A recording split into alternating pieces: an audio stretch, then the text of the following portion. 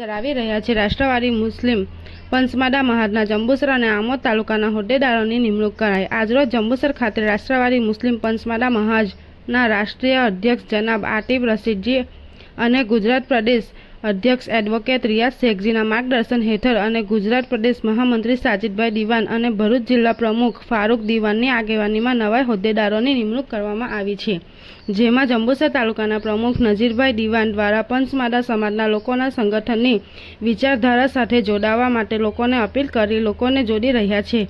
ત્યારે આજે જંબુસર તાલુકાના મહામંત્રી તરીકે સાજિદભાઈ દિવાન, જંબુસર તાલુકા ઉપપ્રમુખ તરીકે સાહિલભાઈ શેખ, જંબુસર તાલુકા મંત્રી તરીકે શાહિદભાઈ દિવાન અને આમોદ તાલુકાના મહામંત્રી તરીકે ઇમ્તિયાઝભાઈ દિવાનની નિમણૂક કરવામાં આવી છે। રિપોર્ટર દિવાનના अस्सलाम वालेकुम। राष्ट्रवादी मुस्लिम पसमंदा महाज हूँ फारूक दिवान भरूच जिला अध्यक्ष।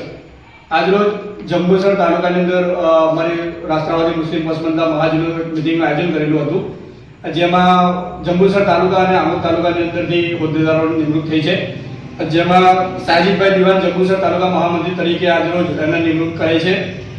શેખ સાહિદ જંબુસર તાલુકા ઉપપ્રમુખ તરીકે એમને નિમણૂક કરવામાં આવી છે। દિવાન સાહિદ જંબુસર તાલુકાના મંત્રી તરીકે એમને નિમણૂક કરવામાં આવી છે અને ઇમ્તિયાઝ દિવાન આમોદ તાલુકાના મહામંત્રી તરીકે એમને જવાબદારી આપવામાં આવી છે। રાષ્ટ્રવાદી મુસ્લિમ પસમંદા મહાજ ભાજપ સરકાર સાથે ભારતીય જનતા પાર્ટીના નેતૃત્વમાં કામ કરી રહ્યું છે, ત્યારે ભરૂચ જિલ્લાના અંદર પણ આ સંગઠનની અંદર લોકો ઉત્સાહથી જોડાઈ રહ્યા છે।